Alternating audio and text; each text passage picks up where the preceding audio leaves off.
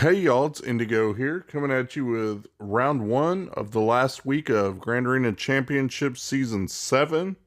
So, I'm not going to hit Kyber. I already did the math, and it's been a rough season. So, I just planned on having some fun and just doing whatever. You know, the last week is nice to have fun, even if you're going for Kyber, if you can fit it in. But since I don't have to worry, no matter what, I can do some fun things. So here's a look at the board. That's what my opponents got up top. Just some easy squads. Down south, nothing too bad. I mean, nothing I haven't encountered before. That Grievous with Watt, and then First Order with Hux. I know we don't really have a cheap counter for that yet, so I got to think of something to do there. Let's go ahead and go after the Grievous team first. And I was asking some of my patrons last night if they wanted me to do the solo Kylo against Grievous with Watt, even though I don't have a counter ready for whatever he's gotten back. You know, if he set his Galactic Legend Ray in back, then I would be stuck there. So they were like, oh, well, might as well go for it. What do you have to lose? So here we go. You see him. Is not a big deal for him. Every time he loses turn meter, he gains health and protection. So basically, every time they attack him, they're healing him up. So nothing they can really do to take him out. And he's just going to power up and get stronger as he siphons more stuff. So he can easily solo this team. You see, Watt wasn't even an issue. B2's got that tech on him, but he shouldn't be much of a problem. Take him right out. Now it's just Grievous. You got a couple of the droids left, and they just can't even scratch him. He just keeps gaining health and protection. It looks like he's almost going to fill his protection back up. And meanwhile, I'm just making progress toward the ultimate, which is that's your guarantee that you're going to win. You know, activate that, and there's nothing they can do to touch you. So there we go. Ultimate's at 100%, so we'll flip that on. Let Kylo do his thing. And look at that. Just nothing they can do to touch him. So I can't get to Grievous because B1 is marked. Otherwise, I would have liked to try to just take him out if I could.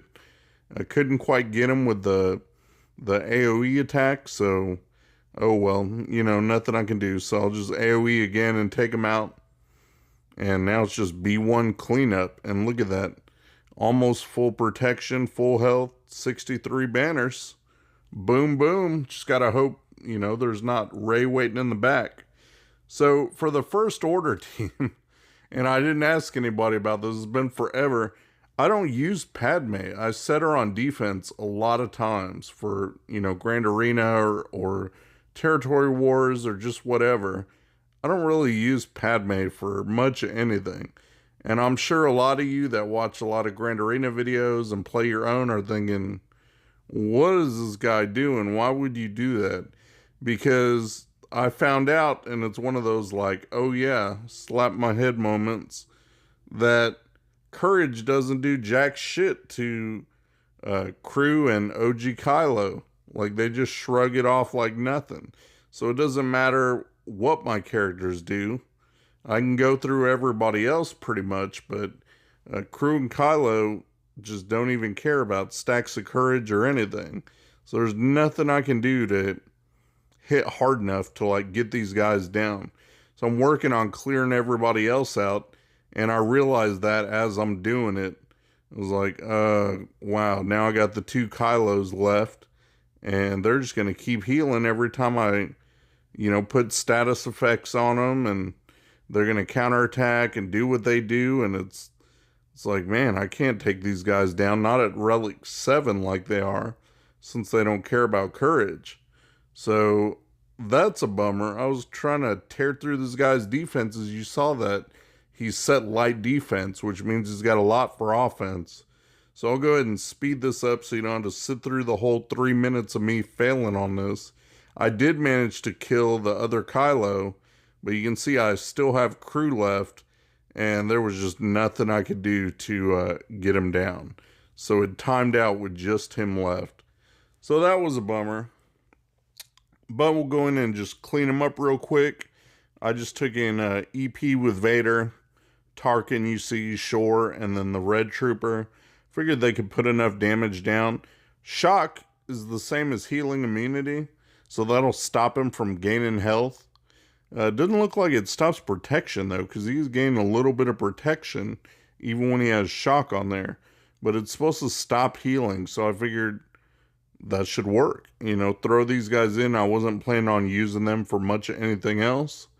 So just lay Shock on him, try and stack up enough debuffs, and then when his health gets down a little bit lower, I can do a Culling Blade and take him out that way. So I was thinking about it there, not quite. Now he's down in the yellow. Got plenty of debuffs on him. And Vader's turn again, stack some more debuffs. I was getting ready thinking, oh yeah, I could take him out there. So here we go. Culling Blade to the face. 39 banners. Well, good enough. And look, there's me hitting Erodium. So did what I needed to do. Now this match and the rest of the 2 matches after this can be nothing but fun. So I'm looking forward to those, honestly, to trying some new and different things to show you guys. So in the back, luckily, he didn't have a Ray. Look, he's got Shock T leftovers, and he's got a Newt team. So that's not going to be too big of a deal. I can easily counter those things with what I have left. So we're going to go back up top, start taking out those squads. Take a look at his bounty hunters. He's got a Gear 12 Aura Sing amongst all those Relic bounty hunters. And that's a glaring weak spot for Imp Troopers, because I'm going to target Aura Sing first, as she's the weakest. And you go on her, get the quick kill. Once you get one, you'll feed the turn meter to the rest, and then you can focus on somebody else. You see how tough it is to get all of them down, except I was able to kill her. Now I can kill Boba. So I did that. You know, once you get one down, you can get another down, and then that gives you turn meter to focus on another, and so on. So having that nice Relic bounty hunter team, and then having that Gear 12 Aura Sing that can be targeted, was a huge mistake, I guess, if he didn't want me to trooper them with my Imp Troopers. As you see, they're not really struggling. It takes a lot to get through Bosk when he's got decent relics. Even the Dengar's relic. So it's going to take a minute to chew through everybody, but they still get them down for an easy 60 banners. So don't leave a weak spot in your hunters like that if you don't want that to happen. So for his Karth team, taking in my crew, first order. Easy peasy counter. You got enough turn meter manipulation. You've got stuns. Crew's 2-turn stun is huge. You guys have probably seen this counter plenty of times. Nothing fancy here. Just using Relic first order that I have anyway, since I went for Supreme Leader Kylo. And doing what they do. And they counter this actually pretty great. And the reason, which I didn't even think of, is that they do take the reduced percent health damage from all the dots, just like they would from that courage from Padme. And so didn't even think of it at the time. It's weird, like even knowing all this and doing counters and doing videos, you still do space out things from time to time, or at least I do. So you can see I'm making short work of this Karth team. Wampa's over there stunned, doesn't really do any good. It's kind of a waste to put on there if your opponent is going to use first order, because Wampa's just going to be out of commission. That's one of the things about first order. You can just keep her stunned or keep him stunned, whatever, and not have to worry about that extra damage and counterattacks. Now I'm just going after Zalbar, trying to get him out of the picture just so he'll stop taunting when I don't need him to. Take him out. Now I got Canderous left, and he's almost dead. And meanwhile, my whole side's mostly healed up and everything, just trying to, get a little protection back from the buffs and everything, whatever I can get back. And there goes Wampa, and there goes my 60 banners. So got through them. Got one team left up there, but we're going to go ahead and go back down south. I know what I want to use on these 2 teams, so we'll start taking those out. For the Newt team, I've got Jedi Revan, I was saving him just on the off chance that, Ray would be back there, but I don't even have my gas or, Shakti, obviously. I don't have any of the other pieces, but I figured at least having something would be better than nothing. Maybe I could two-shot it or whatever. So I did have my JKR team, and you can see that this new team he put in, really there's no match for that. It's not like CLS where you're going to reduce a bunch of turn meter and worry about timing out. You can easily just knock out whoever you want. There's plenty of damage, plenty of healing, and throwing turn meter around. So I don't have to worry about that. Django's gone a couple times, so his damage immunity's gone. And as soon as that's gone, I like to go ahead and try and take him out. So there he is. He's the last one left. Everybody's healed up as much as I can get them healed up. But they are still short a bit. So it's not going to be perfect banners there. 57, but, overall not too bad, I guess. And then the last squad in the bottom is that Shakti team with the leftover clones. He's got Xeris in there.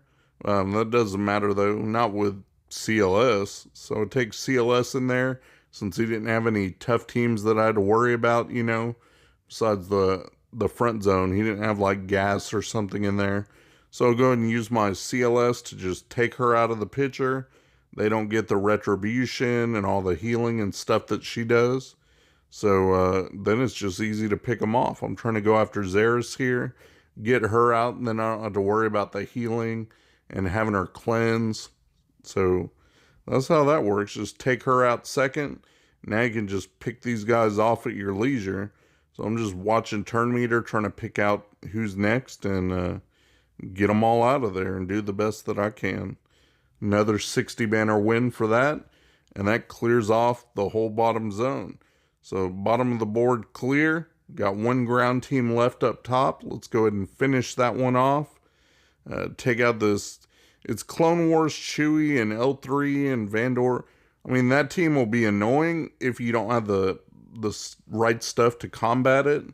But I still have my Traya team left over. So I've got Traya, San, and Nihilus. I've got Thrawn, and then Wampa. So, of course, I'm going to have the damage to be able to knock these guys out. There's nothing he can do to bring them back faster than I'm going to be able to kill them and debuff them and do everything I need to do. Plus, I have Nihilus in there for Annihilate. So, yeah, this is going to be a slaughter. And then Wampa's in there just for heavy damage. He's got counters. He's got all good things. I'm working on taking out his Vandor that went on to worry about the pesky revives. Now I can go after the Captain Han, get him out of there. And I just couldn't do quite enough damage to take him out. Look at that. Wampa's already got counterattacks going. That's what works. Get the counters, get them out of there. Now I don't have to worry about any revives at all. Again, not that I would lose the match because I have an overpowered team for this. I got Annihilate up, use that, take out Han, and now it's just an isolated L3 to deal with, so nothing too fancy there. Gonna try and top up some protection, heal who I can. I was thinking if I can get around to Scion, I can maybe use his move to gain a little bit of protection back, but I didn't know if that would be a possibility or not. L3 can be tanky, but I don't know. So I got Treya's move to isolate again and get protection up. I don't know if that actually counts as your protection. Nihilus regained a little bit there. And nothing I can do to go back around. So there we go. And I got 60. So everybody must have been topped off. I got through to his ship and it was just a basic AA fleet, with Falcon. Got Beast standing there. So I took my negotiator against it. Y'all know I don't show my fleet battles unless there's a reason. So there was another 64 banner win. I left off a couple reinforcements. Easy. Didn't have to worry about it at all. So that was all my matches. My guy went pretty light and I still messed up once. But if you look at the board, he did mess up on mine. He messed up on my Grievous team and then he killed 2 teams. But he dropped 11 banners doing it. So with him dropping that much and already dropping a battle on my Grievous team, I don't think there's a way he can catch up. So he hasn't gone yet as of right now, but I don't think that he's going to go. I don't think there's anything he can do to be more efficient to beat me. So I'm just going to go ahead and publish this video now. Hope you guys enjoy it, and I'll be looking forward to the next round. Shout out to my buddy Mikayas. He runs a modding service. He'll go through, make sure you got the right squad compositions and the right mods on the right characters. Give your account a real nice tune-up. I'll put the link to his Discord in my description. Go ahead and check him out. Tell him Indigo sent you. Thanks for watching my video, guys. If you enjoyed the video, please give me a thumbs up, subscribe, share your comments down below, and hopefully you'll check out my other videos on my channel. Peace.